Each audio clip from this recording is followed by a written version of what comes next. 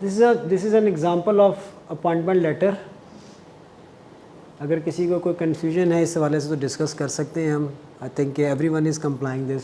Appointment letter देते हैं ना आप लोग, उसके अंदर आपने बेसिकली उसको लिखना होता है, उसकी पोजीशन मेंशन करनी है, उसकी सैलरी मेंशन करनी है, कंपनी के सर्टन रूल्स मेंशन करने हैं, उसका प्रोबेशन पीरियड के बारे में बताना है कि कितना प्रोबेशन पीरियड है उसका, ठीक है। नोटिस अगर देना है तो नोटिस उसने कितनी देर का सर्व करना है, तो ये सारी चीज़ें आप उसके अंदर मेंशन कर सकते हैं जो भी आपके रूल्स कंपनी ने बनाए हैं अपने। कुछ चीज़ें मैंडेटरी हैं, कुछ चीज़ें कंपनी के रूल्स हैं। लाइक कंपनीज कहती हैं कि आप जब एक जॉब कर रहे हैं ना तो आप कोई और जॉब इसके पैरेलल नहीं कर सकते, तो आप वो क्लास इसके अंदर ऐड कर सकते हैं, ठीक है। कुछ कंपनी ऐसी होती हैं वो कहती हैं कि जी ठीक है फ्रीलांस सर्विस है, no problem, after 5 PM there is no issue at all. तो कॉन्फ्लिक्ट ऑफ इंटरेस्ट की क्लास आप इसके अंदर ऐड कर सकते हैं। तो ये तो है जो आपके ऑफिस स्टाफ या मैनेजमेंट के लिए है। इसी तरीके से आपकी लेबर के लिए है। लेबर को जब आपने देना है अपॉइंटमेंट लेटर तो उसके साथ आपने कंप्लीट डिटेल्स देनी है जो कोड ऑफ कंडक्ट हैं कि यहाँ पे किसी किस्म की चाइल्ड लेबर नहीं है, यहाँ पे फोर्स लेबर नहीं करते, कोई डिस्क्रिमिनेशन नहीं की जाती, ठीक है। और अगर कोई ओवर टाइम लगेगा तो उसको आपने कैसे कंपनसेट करना है, जो दूसरे लीगल बेनिफिट्स हैं, अगर वो सोशल सिक्योरिटी कैटेगरी में फॉल कर रहा है तो वो भी मिलेंगे उसको, ठीक है। उसमें किसी किस्म की हरासमेंट का एलिमेंट मौजूद नहीं है, वो सारी टर्म्स एंड कंडीशन आपने उसके अंदर मार्क करनी है। देखें कितना डिटेल्ड बना हुआ है ये सारा। It is a sort of employee handbook, ठीक है। जब आपने किसी को ऑनबोर्ड करना है आपने उसको एक एम्प्लॉई, हर एम्प्लॉई को एक हैंडबुक देनी है, चाहे वो मैनेजमेंट्स लेवल का एम्प्लॉई है चाहे वो वर्कर लेवल का एम्प्लॉई है।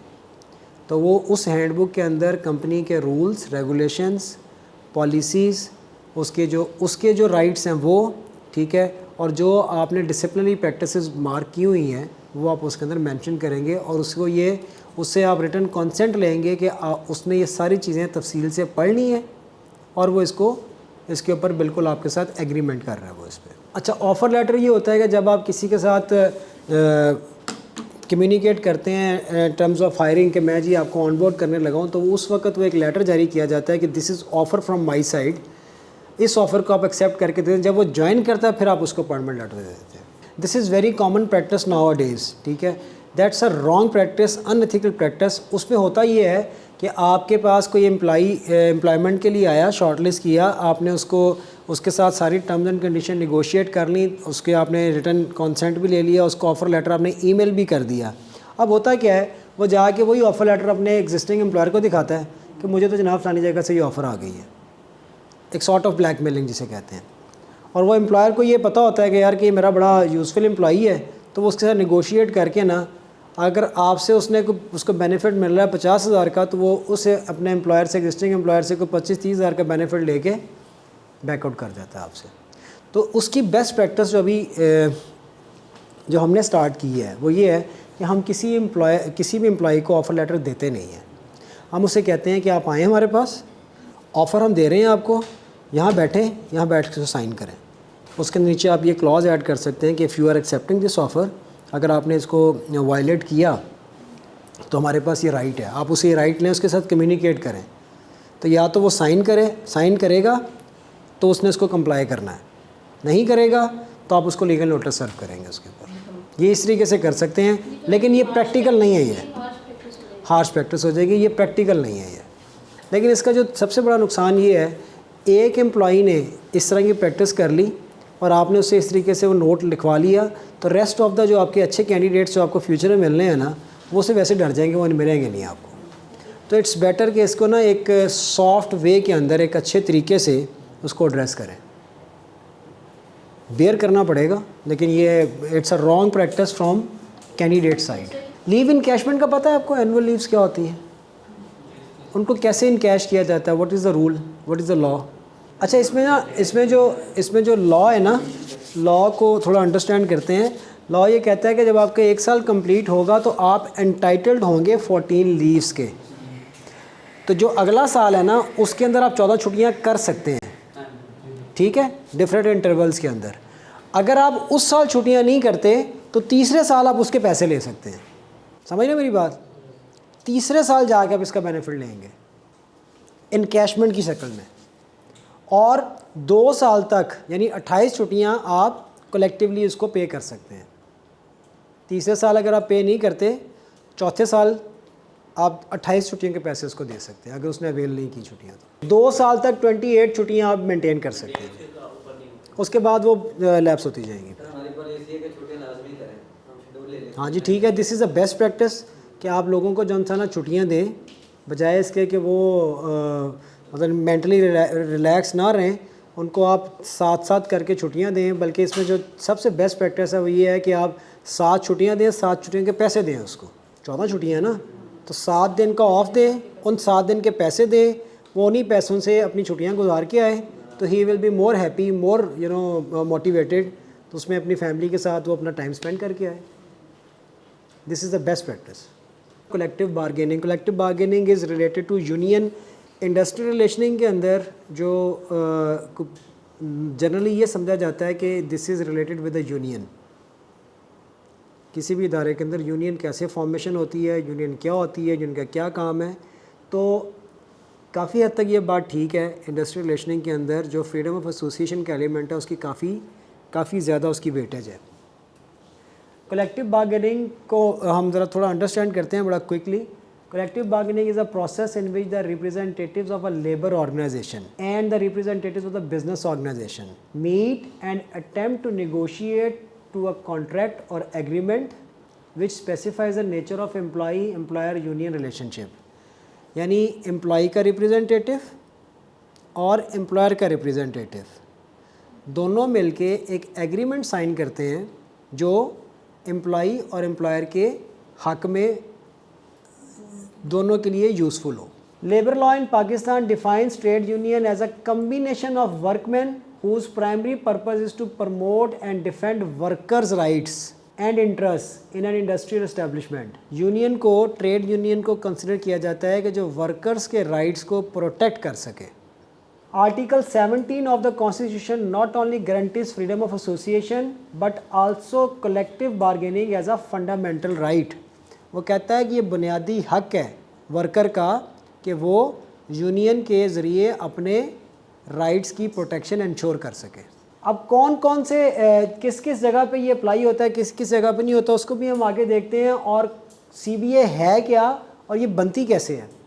Collective bargaining agent is a trade union which is the elected agent of workers in an establishment. अब इलेक्टेड एजेंट का क्या मतलब है? एग्जैक्टली उसके अंदर अगर एक पार्टी है तो वो एक पार्टी तो मतलब कह लें कि वो बग़ैर किसी इंतखाब के सिलेक्ट हो जाएगी। अगर 2-3 ग्रुप्स ने मिल के उसमें कंटेस्ट किया तो this is just like sort of election. 2 parties का इलेक्शन होगा, जो विन करेगा वो CBA कलेक्टिव बार्गेनिंग एजेंट के तौर पे नॉमिनेट रजिस्टर हो जाएगा, ठीक है, जो कि बाद में एग्रीमेंट साइन करेगा। A collective bargaining agent is elected after holding a secret ballot election if there is more than one union in an establishment, यानी secret balloting होगी। However, if there exists only one union and its members are at least 1/3 of total workers in an establishment and it makes an application for certification, then it can be certified as CBA by registrar। अगर एक ही register हुई है और उसके members की तादाद 1/3 है तो वो एज ए CBA के तौर पे रजिस्टर्ड कहलाएगी कि ये आपकी यूनियन का रिप्रेजेंटेटिव है, टीम है। In case of more than one union, registrar is to hold a secret ballot election within 15 और 30 days after having received application for determining status of CBA। तो जो रजिस्ट्रार है, registrar union का, जो trade union का registrar है, ये उसके पास एप्लीकेशन सबमिट करवाई जाती हैं। जो लोग इंटरेस्टेड होते हैं इसमें कंटेस्ट करने में, उनके पास एप्लीकेशन जाती हैं। वो फिर इलेक्शन का प्रॉपर, जैसे इलेक्शन कमीशन रोल प्ले करता है वो इस तरीके से इलेक्शन अनाउंस करते हैं और इलेक्शन सीक्रेट बैलेटिंग होती है। जो विन करता है उसको फिर वो एक सर्टिफिकेट इशू कर दिया जाता है। सर ये विद इन ऑर्गेनाइजेशन हो रहा होता है? Within organisation, within organisation, this is within organisation. Now who can join union? Union को ज्वाइन कौन कर सकता है? This is very important point.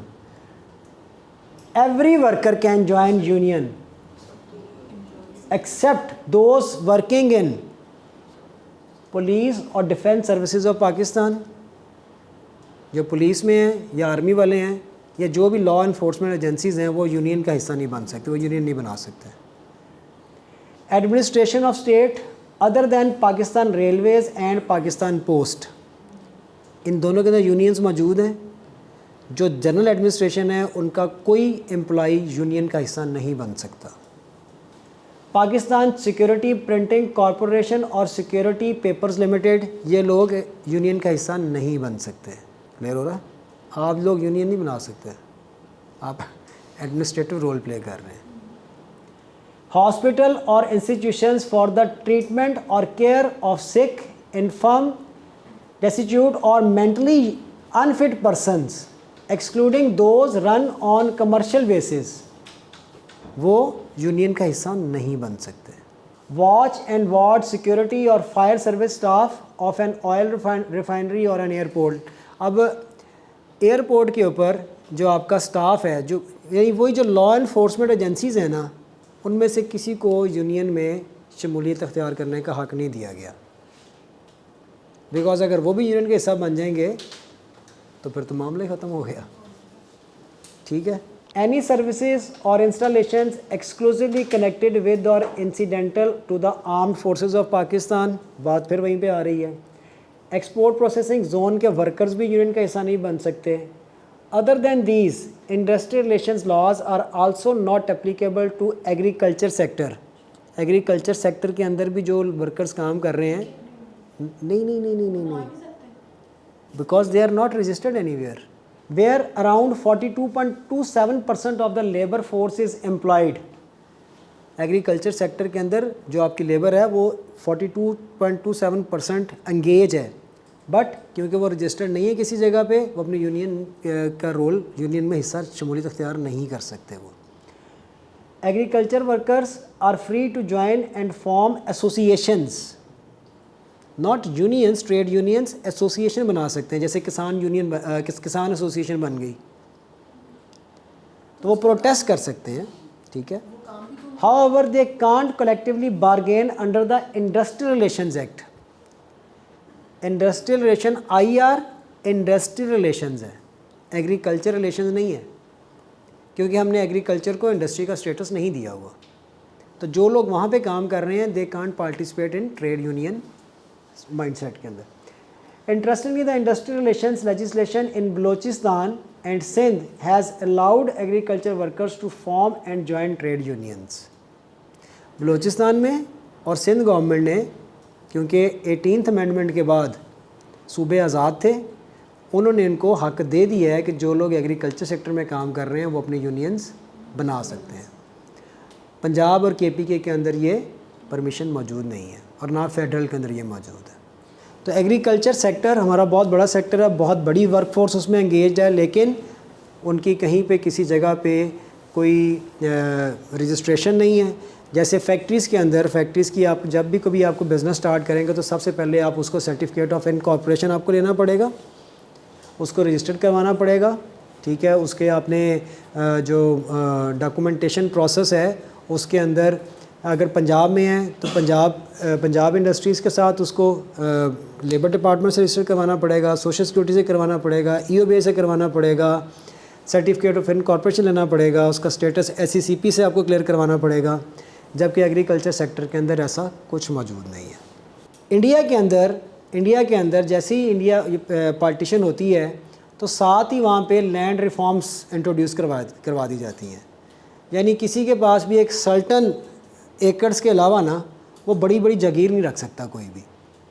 Even जो बड़े बड़े नवाब थे उनसे भी वो ज़मीनें उनकी वापस ले ली गई और तकसीम कर दी गई। तो जो फ्यूडलिज़म है वो ख़त्म हो गया। दैट्स वाई डेमोक्रेटिक सिस्टम उनका बहुत ज़्यादा पॉलिश्ड है और ग्रूम्ड है।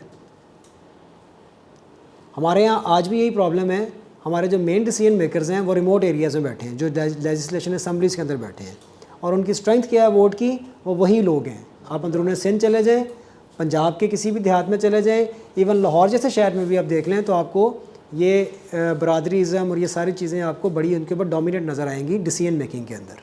तो अगर आप उनको राइट्स दे देंगे लोगों को, ये देखें इसके अंदर स्ट्राइक्स होती हैं। आपको मैंने मिसाल दी PIA की, मैंने मिसाल दी स्टील मिल की, जहाँ यूनियन होती है वो अपने राइट्स के लिए जायज़ नाजायज़ मुतालबात के लिए वो स्ट्राइक्स भी करते हैं, क्योंकि उनके पास अवेयरनेस होती है। तो वो अवेयरनेस को मिसयूज़ भी किया जाता है, प्रोडक्टिव के बजाय पाकिस्तान में ज़्यादा मिसयूज़ होता है उसका। जहाँ पे भी यूनियन का कल्चर पाया जाएगा पाकिस्तान के अंदर नज़र आएगा, वहाँ पे आपको ग्रोथ नज़र नहीं आएगी, वहाँ पे डैमेजेस ज़्यादा नज़र आएंगे। यहाँ तक क्लियर है जी सबको? It's very simple. यूनियन आप बना सकते हैं। जो ट्रेड यूनियन है उसकी बेसिकली उसका ऑब्जेक्टिव ये है कि वो एम्प्लॉइज़ के राइट्स को प्रोटेक्ट करने के लिए वो इस्टेब्लिश होती है। और अगर दो पार्टीज़ कंटेस्ट कर रही हैं तो जो विनर होगा उस कंटेस्ट का, उसको सर्टिफिकेट जारी हो जाएगा जो CBA collective bargaining agreement sign करेगा इदारे के साथ एज ए रिप्रेजेंटेटिव। ये फिर वही है collective bargaining agreement, written documents regarding working condition and terms of employment. Legally CBA binds only the parties to it.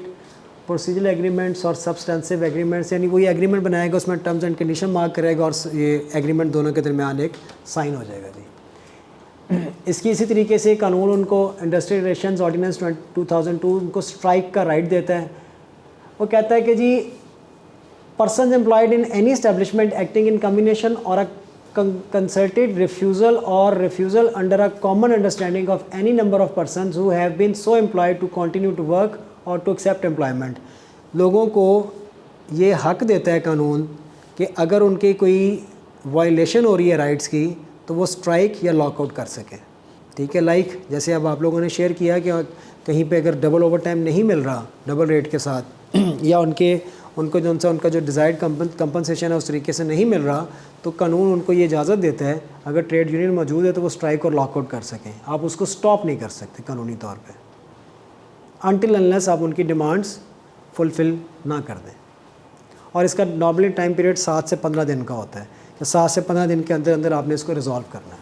अच्छा, ये अब लेबर डिपार्टमेंट है पंजाब का, वो सारे का सारा हो चुका हुआ है इस वक्त सिस्टम के ऊपर ऑनलाइन। अब आपके जितने भी इंस्पेक्शंस हैं, लेबर इंस्पेक्शंस, पहले वो होती थी किताब के ऊपर, बुक के ऊपर, अब वो बुक के बजाय वो करते हैं ऑनलाइन और उसके रिज़ल्ट जनरेट करते हैं। ये सारे उनके लिंक्स हैं, ये आपको मिल जाएंगे।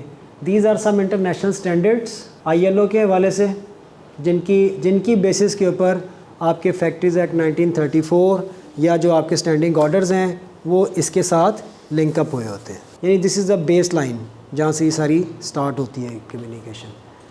इंडस्ट्रियल रिलेशनिंग के अंदर और लेबर लॉज के अंदर ना एक डिसिप्लिनरी एक्शन की प्रैक्टिस होती है। उसके अंदर वो आपको बड़ा कैटेगोरिकली डिफ़ाइन करता है कि मिसकंडक्ट किस किस टाइप का है, हरासमेंट किस किस टाइप की है, और उसके ऊपर आपने किस तरह के एक्शंस लेने हैं। अब तो कानून भी बन चुका है जो आपकी असम्बलीज़ ने पास कर दिया है, कानून भी हरासमेंट के ऊपर। उसके ऊपर ये है कि आपने उसकी प्रॉपर एक इंक्वायरी करनी है फेयर, ठीक है, और उसकी बेस के ऊपर डिफरेंट पनिशमेंट्स हैं, वो पनिशमेंट्स आप करके तो आप उसको क्लोज़ कर सकते हैं। लेबर लॉ बड़ा कैटेगोरिकली इसको डिफाइन, लेबर लॉ नहीं बल्कि आपका कानून अब तो बन चुका है हरासमेंट का, आप इसको किसी भी जगह पे जाके चैलेंज कर सकते हैं। ग्रीवियंस हैंडलिंग बेसिकली ये है कि अगर किसी भी एम्प्लॉय का कोई ग्रीवियंस रेज होता है, ये बेसिकली जो ट्रेड यूनियन का कॉन्सेप्ट है ना, ये ग्रीवियंस से रिलेटेड ही है। जहाँ पे यूनियन मौजूद है, यूनियन का मकसद ये है कि अगर एम्प्लॉयज़ की कोई कंप्लेंट्स हैं, ग्रीवियंसेस हैं, वो उस एजेंट के ज़रिए एम्प्लॉयर तक पहुँचे और उसको सेटल डाउन किया जाए। जहाँ पे ये मौजूद नहीं है वहाँ पे एक उसका ऑल्टरनेट ऑप्शन मौजूद है कानून के अंदर, वर्कर मैनेजमेंट कौंसिल का। वर्कर मैनेजमेंट कौंसिल का कॉन्सेप्ट ये है कि एम्प्लॉई और एम्प्लॉयर के जो रिप्रेजेंटेटिव मिल के एक कमेटी बना लेते हैं। जब अगर कोई ऐसा प्रॉब्लम या ग्रीवियंस हो तो वो उसको बैठ के आपस में सेटल डाउन करें। कल हमने एक कॉन्सेप्ट पढ़ा था यूनिटरी का, उसमें ये था कि जो ग्रीवियंस हैंडलिंग है, अगर किसी एम्प्लॉई को कोई कंप्लेंट है, कोई प्रॉब्लम है, तो वो डायरेक्ट चैनल अडॉप्ट करते हुए HR या ऑनरशिप के ज़रिए अपने ग्रीवियंस को वहाँ तक पहुँचा के उसकी रेजोल्यूशन या उसको एड्रेस करवा सकता है। तो ग्रीवियंस हैंडलिंग का मैकेनिज़्म ये है कि आपने उनको एक ऐसा चैनल प्रोवाइड करना है जहाँ पे वो अपनी कंप्लेंट्स और सजेशंस सीक्रेटली, मतलब कोई ऐसी चीज़ें हैं ना जिसमें वो कहते हैं जी मेरा नाम ना आए लेकिन प्रॉब्लम है ये, तो आप उनको ना जो लाइक वॉशरूम्स के अंदर उनको सजेशन बॉक्स लगा देंगे, कैंटीन के अंदर लगा देंगे, ठीक है, किसी ऐसी जगह पे लगा देंगे जहाँ पे बंदा खामोशी से जाके अपनी सजेशन डाल दे। वो उसको वहाँ से वो उस सजेशन बॉक्स से, कंप्लेंट बॉक्स से जब वो कंप्लेंट्स इकट्ठी होंगी, उसकी बेसिस के ऊपर एक डाटा कंपाइल होगा वीकली या मंथली बेसिस के ऊपर, जो भी आपके इदारे ने एक प्रोटोकॉल बनाया हुआ है। वो डाटा कलेक्ट करेंगे, डाटा कलेक्ट करने के बाद उसको मैनेजमेंट HR गो थ्रू करेगी, कहाँ से किस किस किस्म की कंप्लेंट्स आ रही हैं। फिर उसका रेजोल्यूशन देखा जाएगा। अगर तो वाकई जेन्युइन कंप्लेंट्स हैं उनकी जो एड्रेसेबल हैं इमीडिएटली, तो उनका इमीडिएट एक्शन होगा। और अगर वो एड्रेसेबल नहीं है, जिसमें उनको लग रहा है कि ये उनके मिसकॉन्सेप्शन है, तो फिर उनको बुला के उसके ऊपर कम्युनिकेशन की जाएगी, बताया जाएगा कि आपका हमारे पास ये सजेशन या कंप्लेंट्स आई थी, these are not workable as per over business. समझ रहे मेरी बात? तो ग्रीवियंस हैंडलिंग में नॉर्मली ओपन डोर पॉलिसी को इनकरेज किया जाता है, यानी एम्प्लॉई के पास राइट है कि वो अगर कोई प्रॉब्लम आ रही है तो जाके ना डायरेक्ट टॉप मैनेजमेंट के साथ जाके अपना ग्रीवियंस शेयर करे कि जी मुझे ये इशू है, मुझे इसके ऊपर जो सा ना आपकी हेल्प चाहिए। There are two things, one is grievance and one is misconduct या कोई डिसिप्लिनरी एक्शन है। डिसिप्लिनरी एक्शन को जैसे आप कह रहे हैं ना कमेटी की फॉर्म के अंदर, वो डिसिप्लिनरी एक्शन के अंदर तो कमेटी बनती है, इंक्वायरीज़ होती हैं और उसकी बेस के ऊपर वो चीज़ सेटल डाउन होती है। ग्रीवियंस का मतलब ये है कि आपने कहा जी मुझे ना ठंडा पानी नहीं मिल रहा, दिस इज़ योर ग्रीवियंस, ठीक है। Now we have to settle it down. गर्मी का मौसम है, इसको सेटल डाउन करना है हमने। आप कहते हैं जनाब कि मुझे जौन सा ना वो जो बस है, बस में सीट नहीं मिल रही, मुझे खाना अच्छा नहीं मिल रहा, ठीक है, या मैं खाने की क्वालिटी से मुतमईन नहीं हूँ, ठीक है, या मेरा सुपरवाइज़र मेरे से बदतमीज़ी करता है। समझ रहे मेरी बात? तो ये ग्रीवियंसेस हैं। अब मिसकंडक्ट में क्या आता है? मिसकंडक्ट में आ गया कि आपने डिपार्टमेंट की कोई चीज़ डैमेज कर दी, आपके अगेंस्ट आपके सुपरवाइज़र ने या मैनेजर ने एक कंप्लेंट लिख के भेज दी, ठीक है, कि जी ये मुझे ये बंदा जो सा ना ये इसके ऊपर डिसिप्लिनरी एक्शन करके दें, या इसको टर्मिनेट कर दें, ठीक है, या इसको चार्जशीट कर दें, या इसके साथ जो भी करना करें। वहाँ पर आप एक कमेटी बनाएंगे, आप उसका मौक़िफ़ भी सुनेंगे, जिसने कंप्लेंट की उसका मौक़िफ़ आपके पास आ गया, दूसरे बंदे का मौक़िफ़ भी सुनेंगे और कोशिश करेंगे कि उसको आप रिज़ॉल्व करें थ्रू पैनल डिस्कशन। अगर 1 to 1 हो जाए तो अच्छी बात है, नहीं होता दोनों पार्टीज़ को आमने सामने ला के आप उनकी पैनल डिस्कशन करके उसके ऊपर डिसीजन दे देंगे अपना।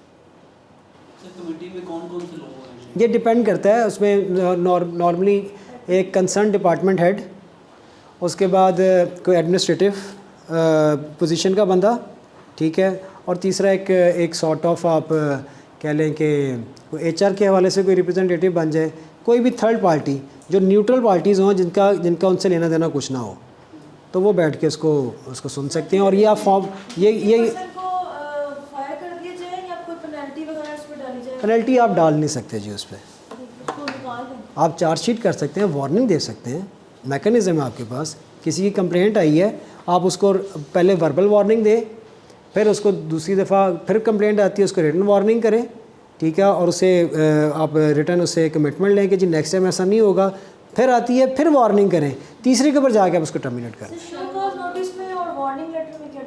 कोई ख़ास फ़र्क नहीं है उसमें, यही है कि शो काज नोटिस में अगर आपके पास कंप्लेंट आ गई और वो इंक्वायरी के अंदर प्रूव हो गया कि ये बंदा गिल्टी है, तो आप उससे रीज़न मांगेंगे कि ऐसा क्यों हुआ, वो अपनी जस्टिफिकेशन देगा। अगर आप उससे सेटिस्फाई हो गए हैं तो ठीक है, otherwise issue warning letter to him. पहले वार्निंग लेटर नहीं होना चाहिए? पहले चार्जशीट होगी आपके ऊपर, ये चार्ज है, ठीक है, ये चार्ज है और इसके ऊपर मुझे एक्सप्लेनेशन दें आप, ठीक है। एक्सप्लेनेशन जिसमें है वो शो काज ही हो गया ना जी। और जिसमें वार्निंग दी गई है, वार्निंग का मतलब तो ये है कि कंक्लूड हो गया है, यानी जुर्म कंक्लूड हो गया है, तो वी आर वार्निंग यू कि नेक्स्ट टाइम तुमने ऐसा नहीं करना, ठीक है। We are giving you warning. कुछ मिसकंडक्ट्स ऐसे होते हैं कि जो वार्निंग से एड्रेस नहीं होते, उसके ऊपर आपको अदर लाइक को थेफ्ट केस आ गया तो उसको आप वार्निंग से एड्रेस नहीं करेंगे, यू कैन टर्मिनेट। सर एक टर्म यूज हुई थी सोशल इकोनॉमिक कंडीशंस, जी। कौन सी कंडीशन होता है? इकोनॉमिक का मतलब ये है कि जो उसकी जो फाइनेंशियल कंडीशंस हैं, इकोनॉमिक सिचुएशन है, उसको देखते हुए जो आपका सोशल नॉर्म्स हैं, ठीक है, उस हवाले से सोशो इकोनॉमिक कंडीशन को मर्ज करते हैं, यानी सोशल और इकोनॉमिक्स इंडिविजुअल लेवल पे। उनको देखते हुए कि लोगों का जो लिविंग मीन्स हैं वो मैनेज हो रहे हैं कि नहीं हो रहे, उसके लिए लोगों को कितनी स्ट्रगल करनी पड़ रही है। जैसे अगर हम आज देखें तो आज लोगों का एक इमीडिएट ग्रीवियंस है कि जी petrol prices are very high, तो इससे क्या हो गया कि आपका सोशो इकोनॉमिक बैलेंस आउट हो गया। यानी लोग अगर अपने आप को उन्होंने मेंटेन कर लिया था कुछ अरसे से कि हम इन सर्कमस्टांसेस के अंदर कोविड के बाद सिचुएशन बनी, लोगों ने अपने आप को मेंटेन कर लिया कि ना एक दायरा बना लिया कि हम इसके अंदर सर्वाइव करेंगे। अगर एकदम उसमें से कुछ चीज़ और बाहर निकल आती है तो सोशो इकोनॉमिक बैलेंस आपका फिर आउट हो जाता है, उसके लिए फिर आपको एफर्ट करनी पड़ेगी। तो गवर्नमेंट ने बेसिकली सोशो इकोनॉमिक कंडीशन को देखते हुए डिफरेंट पॉलिसीज़ बनानी है। अभी जो आपका मिनिमम वेज रिवीजन हुई है 25,000, उसके रिवाइज़ होने की रीज़न सोशो इकोनॉमिक कंडीशन है आपकी, कि आपका इन्फ्लेशन रेट हाई होता जा रहा है, जिसकी वजह से आपको लोगों को या लेबर को कंपनसेट करने के लिए इमीडिएटली एक नोटिफिकेशन देना पड़ा कि मिनिमम वेज 25,000 पर लेकर चले जाएं, ताकि वो अपना स्टैंडर्ड मेंटेन कर लें। ये जो लेबर लॉज है ना, ये industry relationing, this is practical HR practice है, ये लॉ के हवाले से कॉमन सेंस है, हाउ टू डील पीपल। वो मैं कल वाली बात ही करूँगा। HR वालों ने लोगों को डील करना है और उसके लिए उनके पास कानूनी अगर इल्म मौजूद है कि कानून कहाँ क्या कहता है, किस तरीके से आपने उनको मतलब कह लें कि सेटिस्फाई करना है या उनके साथ आपने निगोशिएट करना है, कानूनी हवाले से, अखलाकी हवाले से, ठीक है, शरई हवाले से या जिस भी हवाले से, तो HR वालों के पास हर तरीके की स्किल मौजूद होनी चाहिए।